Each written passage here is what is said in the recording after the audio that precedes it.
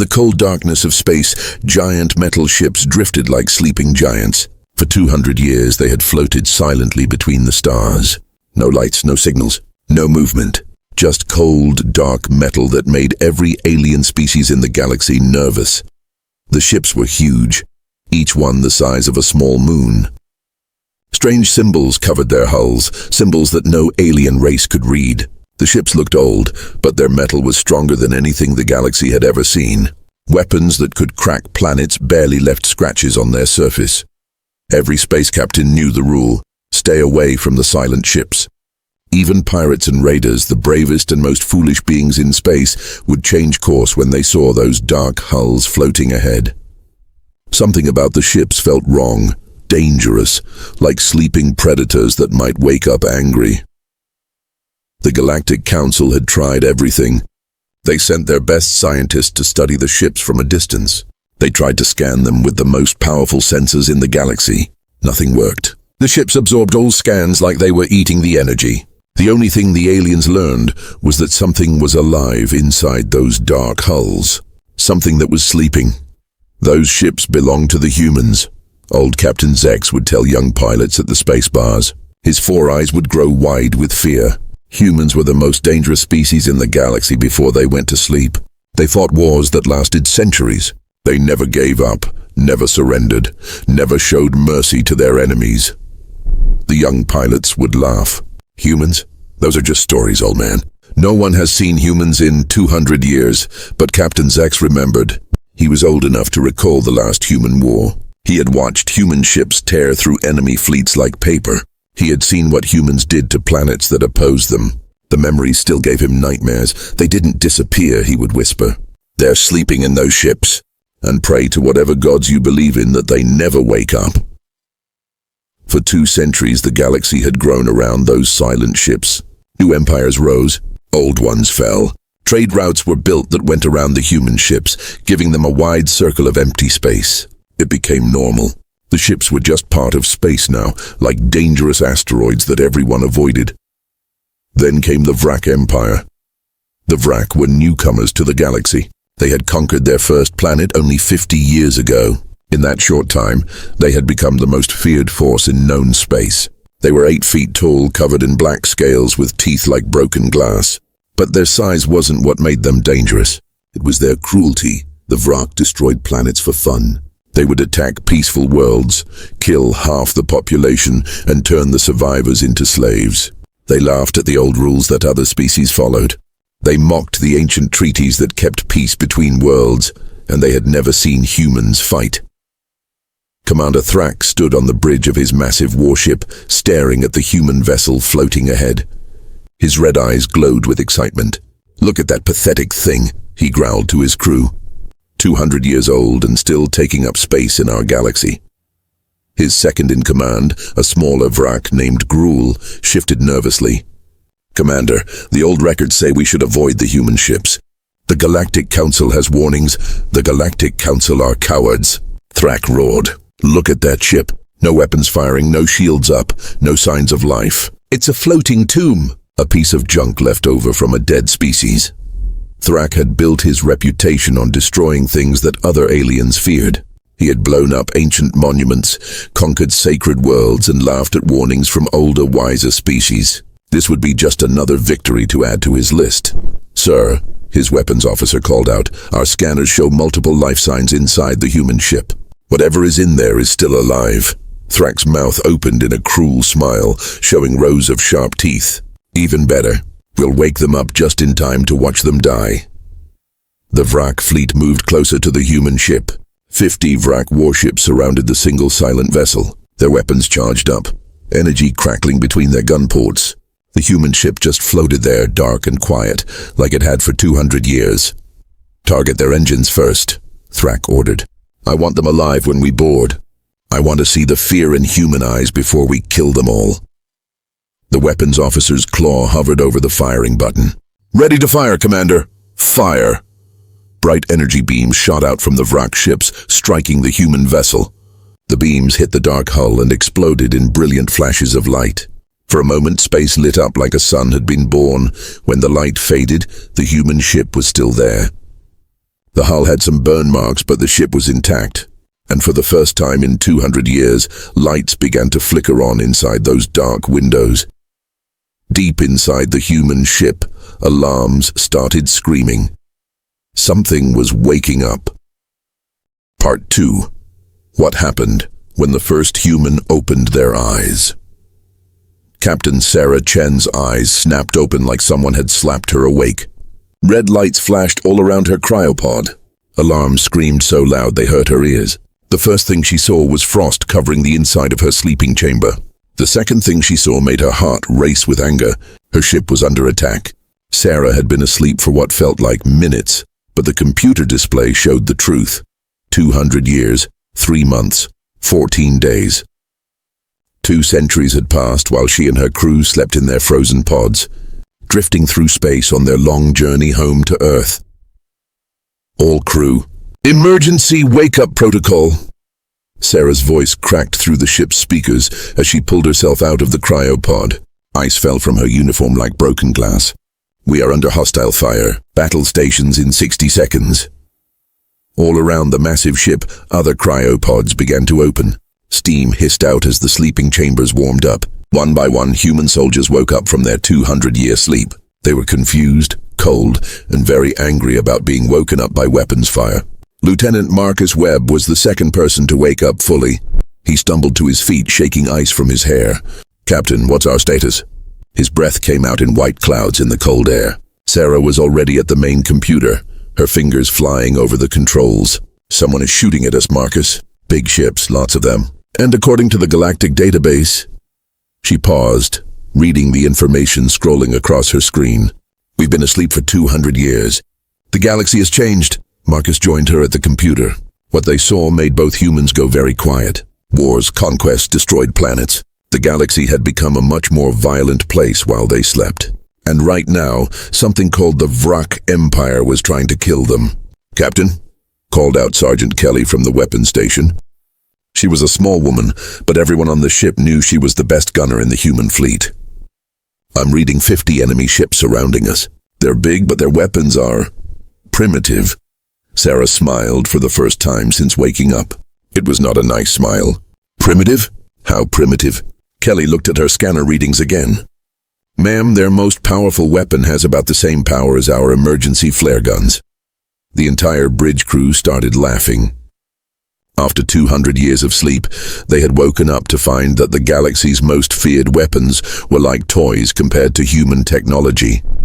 "Ma'am," the communications officer spoke up, "we're receiving a transmission from the lead enemy ship." "Put it on screen," Sarah ordered. Commander Thrak's ugly face appeared on the main display. His red eyes glowed with cruel pleasure. "Humans, you have slept too long. This is Vrak space now. Surrender your ship and we will kill you quickly."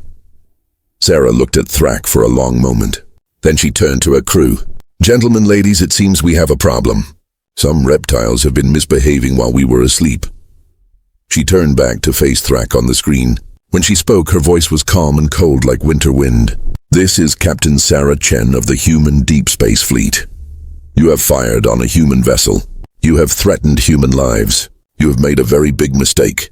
Thrak laughed, showing his sharp teeth. "You are one old ship with old weapons.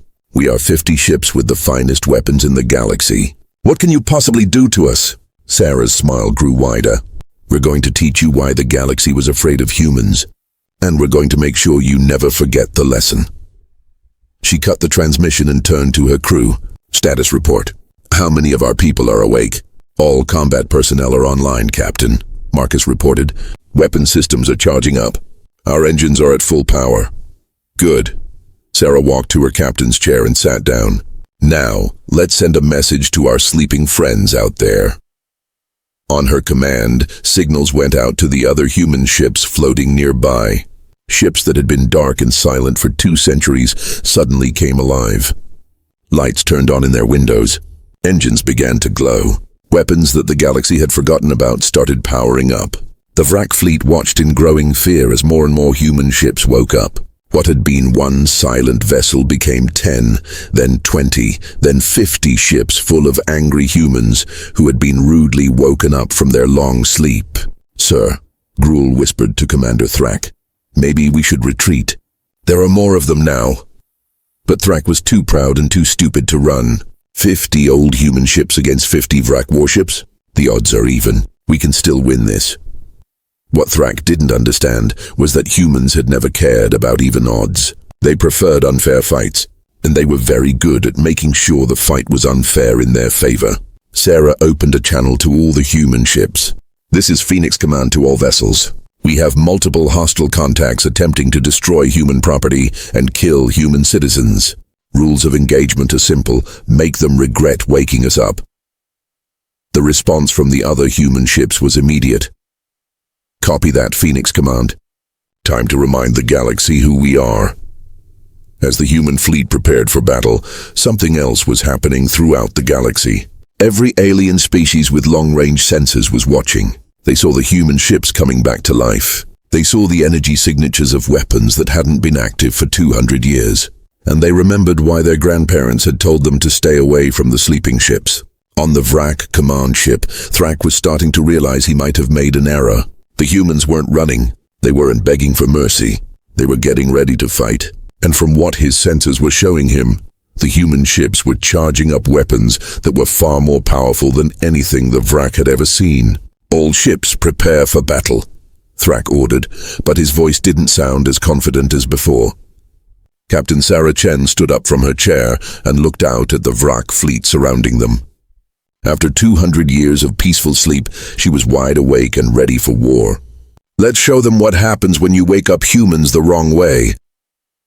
Commander Thrak stared at his scanner display and felt fear creep up his spine for the first time in years. What had been one sleeping human ship was now 50 active warships, all pointing their weapons at his fleet. The energy readings coming from those ancient vessels made his own weapons look like children's toys. Sir, his weapons officer called out nervously, the human ships are charging some kind of weapons system. Our computers can't identify the technology. Thrak's red eyes narrowed. He had built his reputation on being the most feared warrior in the Vrak Empire. He had never run from a fight, and he wasn't going to start now. Fire everything we have. Destroy them before they can shoot back. 50 Vrak warships opened fire at once. The space between the two fleets lit up like a deadly fireworks show. Energy beams, plasma cannons, and missile swarms flew toward the human vessels. It was the most destructive attack the Vrak had ever launched. The weapons hit the human ships and exploded in brilliant flashes of light. For a moment, Thrak smiled. No ship could survive that much firepower. But when the explosions cleared, all 50 human ships were still there.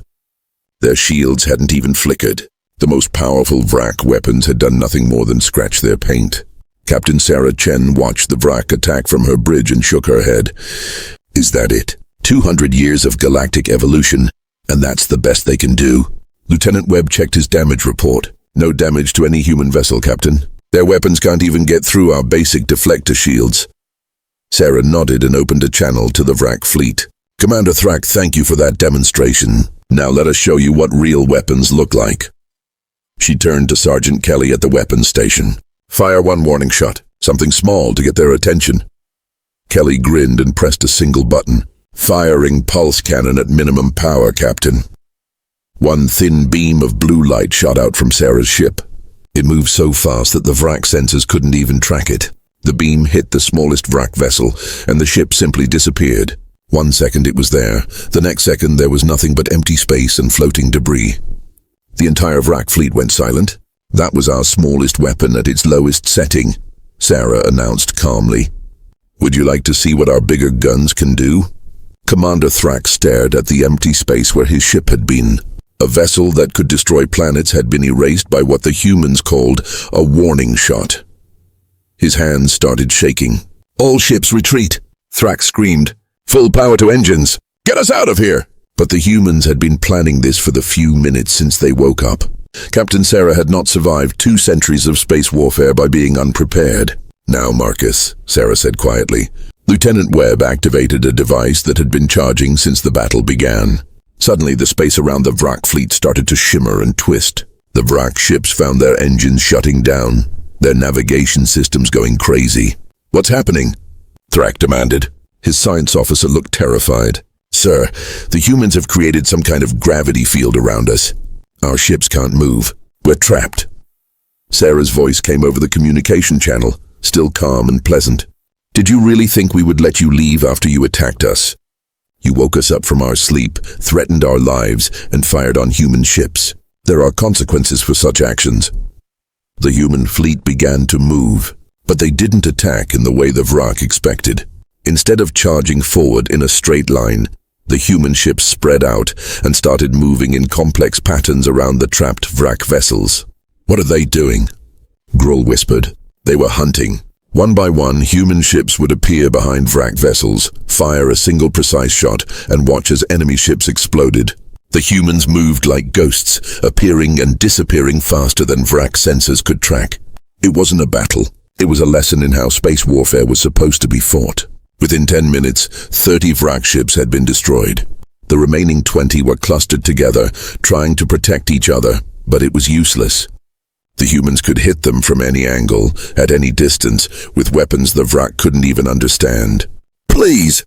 Commander Thrak finally broke down and begged. "We surrender. Stop the attack." Captain Sarah's ship appeared directly in front of Thrak's command vessel. This close, he could see the human ship clearly for the first time. It was beautiful and terrifying. The hull was covered in symbols from Earth, and weapons that looked like they could crack moons. "You surrender?"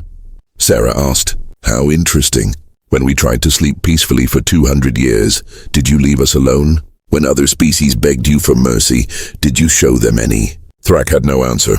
He had never shown mercy to anyone. "Here's what's going to happen," Sarah continued. "You're going to take your remaining ships and leave. You're going to tell everyone in the galaxy that humans are awake again, and you're going to explain to them what happens to people who attack human vessels." She paused, and her voice became colder than space itself. "But first you're going to watch what we do to the rest of your fleet." The remaining 19 Vrak ships disappeared in flashes of blue light. One after another, they were erased from existence with surgical precision. Thrak's ship was left alone, surrounded by debris and the memories of his once mighty fleet. "Go," Sarah commanded. "Run back to your empire. Tell them the humans are awake. Tell them we're not happy about what we found when we woke up." Thrak's ship limped away as fast as its damaged engines could carry it. Behind him, the human fleet regrouped, their weapons still glowing with deadly energy. Across the galaxy, every species with deep space sensors had watched the battle. They saw 50 Vrak warships reduced to one fleeing vessel in less than an hour. They saw weapons that could delete ships from reality itself. They saw tactics and technology that made their own militaries look like children playing with sticks. On the planet Zephyr, old Captain Zek sat in his favorite space bar, watching the news reports. Young pilots who had laughed at his stories about humans were now very quiet. "I told you," Zek said softly. "I told you they were dangerous. And now they're awake." On her ship, Captain Sarah Chen looked out at the debris field that had once been a Vrak fleet. Her crew was already preparing for what came next, because this had just been the opening move. The Vrak Empire had been terrorizing the galaxy for 50 years, and the humans had 200 years of anger to work through. "Set course for the nearest Vrak outpost," Sarah ordered. "It's time to pay them a proper visit." As the human fleet disappeared into hyperspace, one message was transmitted across the galaxy on all frequencies. It was simple, direct, and absolutely terrifying. "Humanity has returned. Those who have committed crimes against innocent worlds have 3 days to surrender. Those who choose to fight will learn why the galaxy once feared the name human." The hunt had begun. 3 weeks later, Commander Thrak sat in a dark corner of his command bunker, jumping at every shadow. The once proud leader of the Vrak Empire now looked like a broken old reptile. His hands shook as he held his cup of bitter Vrak coffee. His red eyes darted constantly to the security monitors, watching for signs of human ships. The humans had kept their promise. They were hunting. "Sir," his communication officer whispered, afraid to speak too loudly. "We've lost contact with Outpost 7. That's the 15th base this week." Thrak closed his eyes and tried not to think about what had happened to those bases. The humans didn't just destroy them, they made examples of them. Vrak soldiers who survived the attacks told stories that gave grown warriors nightmares. The humans would appear without warning, like ghosts made of metal and death. They would disable the base's weapons, cut off all escape routes, and then broadcast a simple message. You have 10 minutes to surrender. Anyone who harmed innocent civilians will face trial. Everyone else will be allowed to leave. Most Vrak chose to fight. It never ended well. Across the galaxy, the Vrak Empire was falling apart. 50 years of conquest and terror was being undone in 3 weeks by humans who fought like nothing the galaxy had ever seen. On the planet Kellara, Vrak General Krex paced back and forth in his war room. Maps covered the walls, showing the locations of destroyed bases, missing fleets, and abandoned colonies. Red marks indicated where humans had struck. There were so many red marks that the maps looked like they were bleeding. How are they doing this? Krex demanded of his staff. We have 1,000 ships spread across 50 systems. How can 50 human vessels be everywhere at once? His chief of staff, a scared young Vrak named Yel, checked his reports. Sir, our intelligence suggests the humans are using some kind of advanced travel technology. They can cross the galaxy in hours, not days. What Yel didn't know was that the humans had been perfecting their technology for centuries before they went to sleep. While the rest of the galaxy built bigger guns, humans had focused on being faster, smarter, and more efficient. Captain Sarah Chen stood on the bridge of her ship, studying a holographic map of Vrak territory. Her crew had been working non-stop for 3 weeks, and they looked tired but determined. They had liberated 17 worlds, destroyed dozens of Vrak bases, and freed thousands of slaves. Status report, Sarah requested. Lieutenant Webb consulted his datapad. We've received surrender messages from 12 Vrak colonies.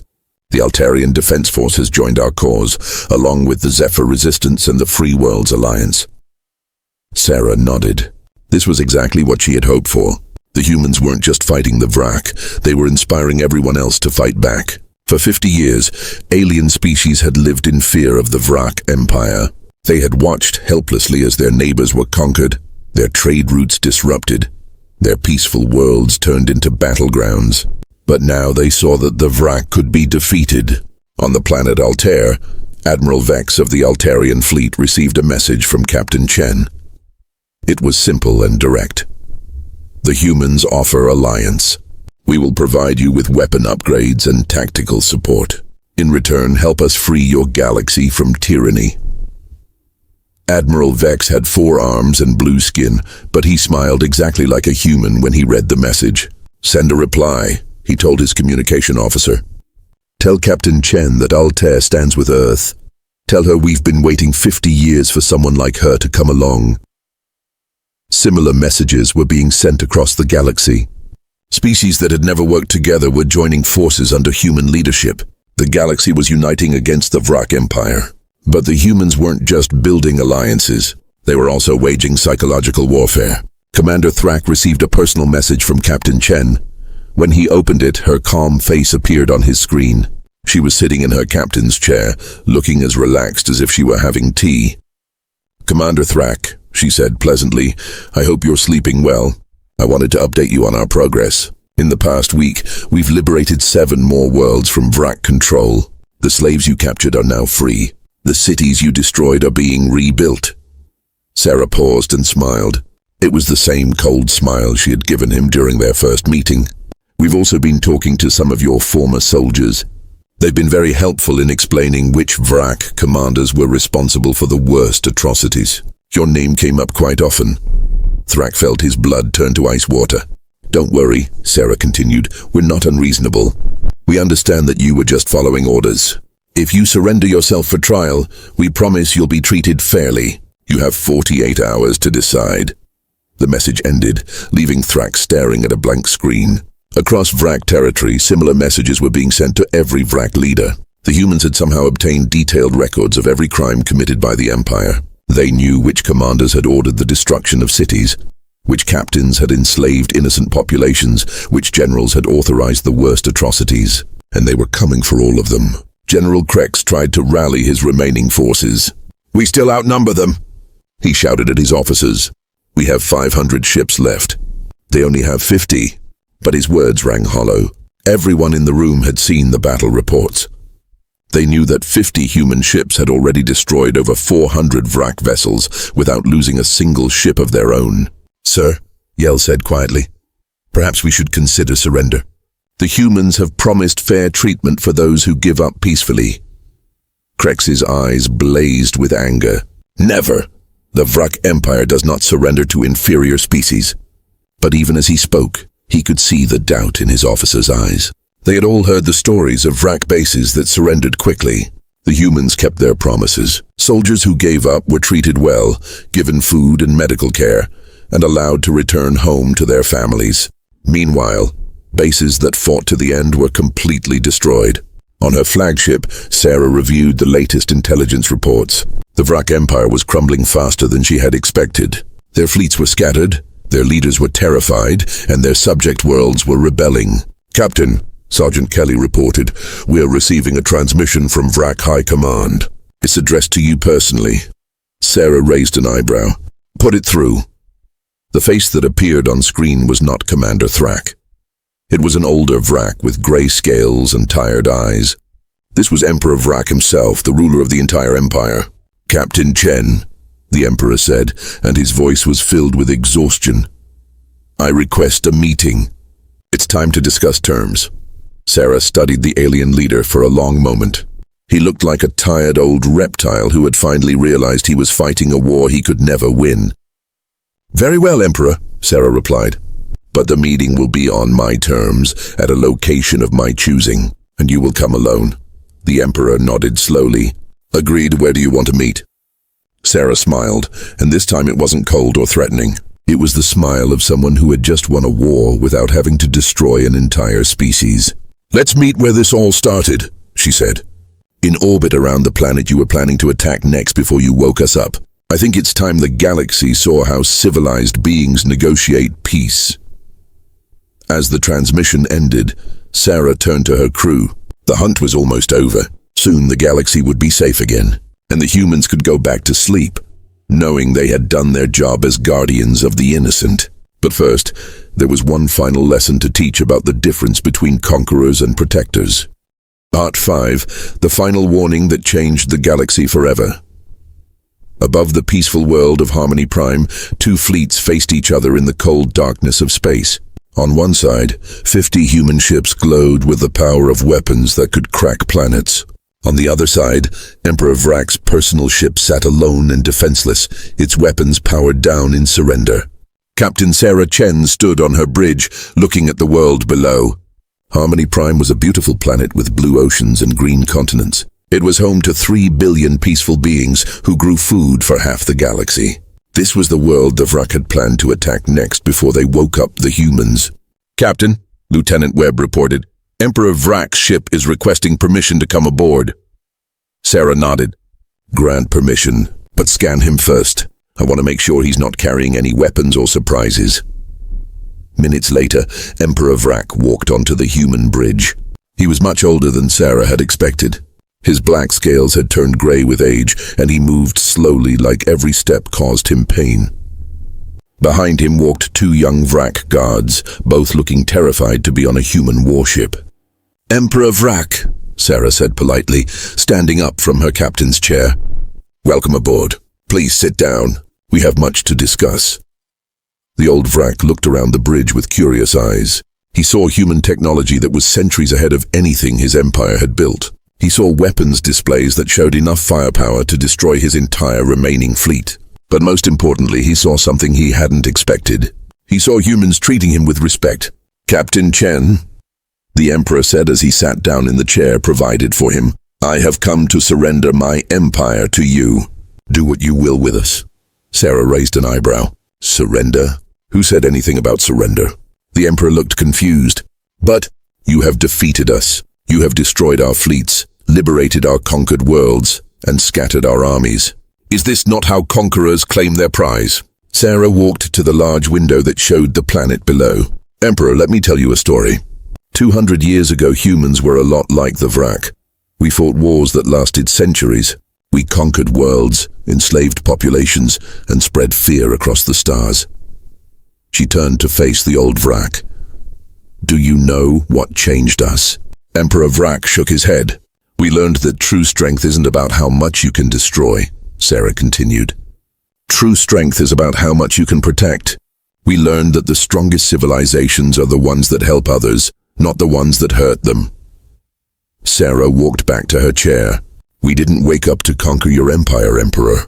We woke up to stop you from hurting innocent people. The Emperor stared at her. I don't understand. If you don't want to conquer us, then what do you want?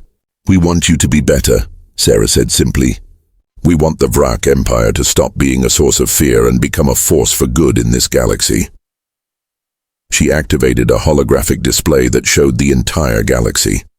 Red dots marked worlds that had been attacked by the Vrak. Blue dots showed worlds that were now free. Look at this, Sarah said, pointing to the display. Your empire controlled over 200 worlds. You had the resources to feed hungry planets, protect weak species, and help civilizations grow. Instead, you used that power to spread death and fear.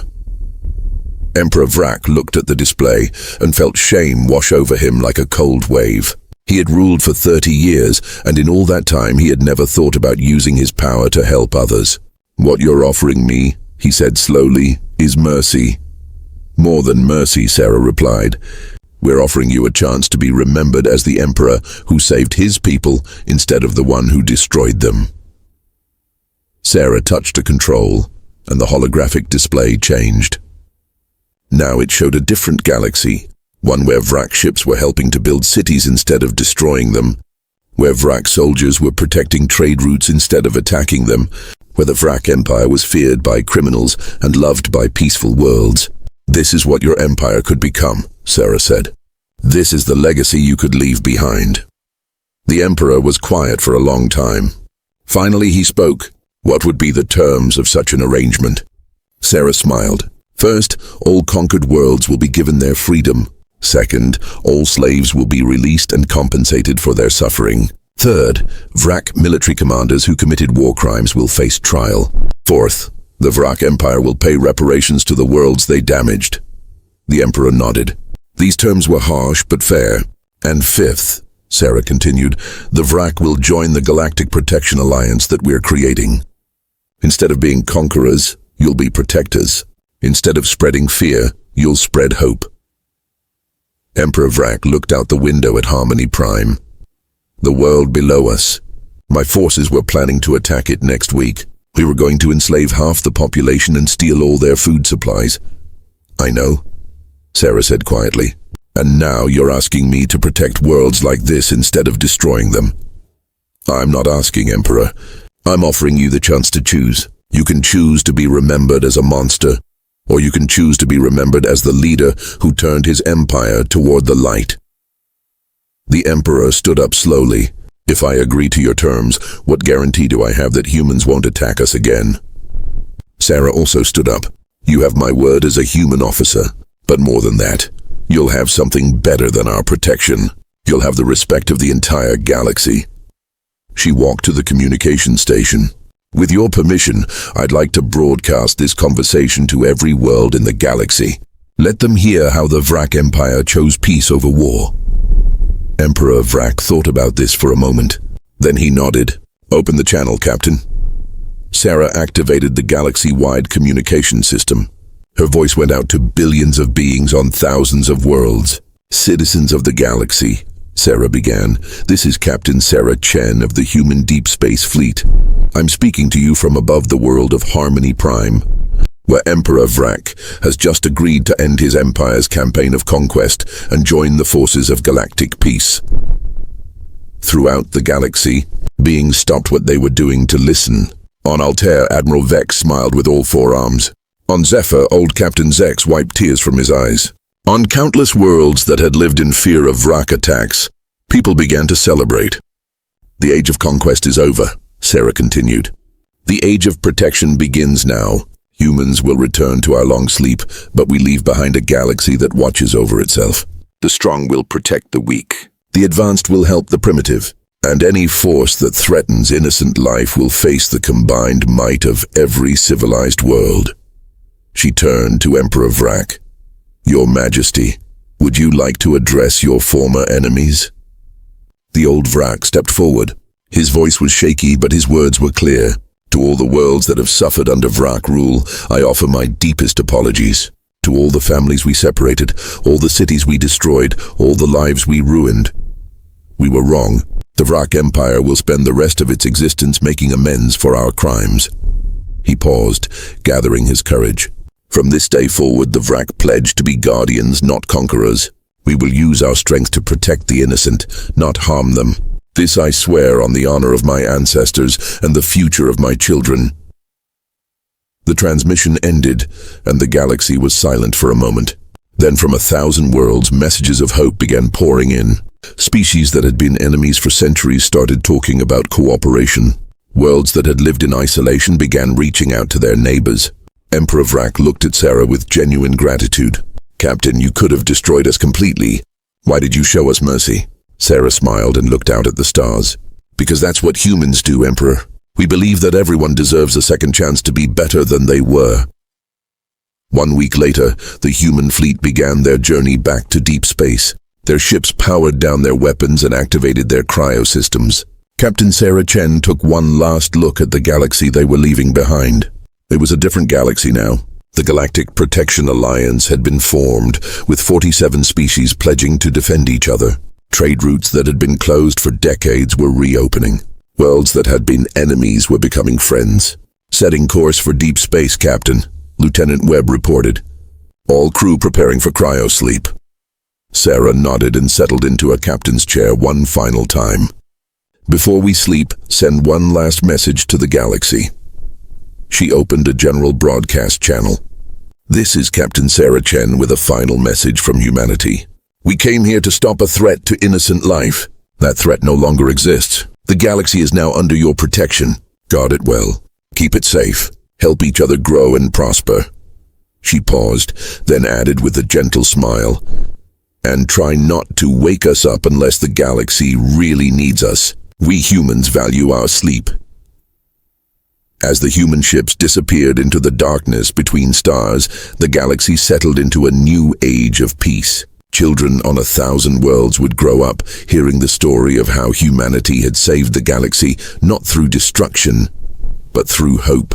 And in the cold depths of space, 50 human ships drifted silently once again, their crews dreaming of home while they watched over a galaxy that had finally learned to watch over itself.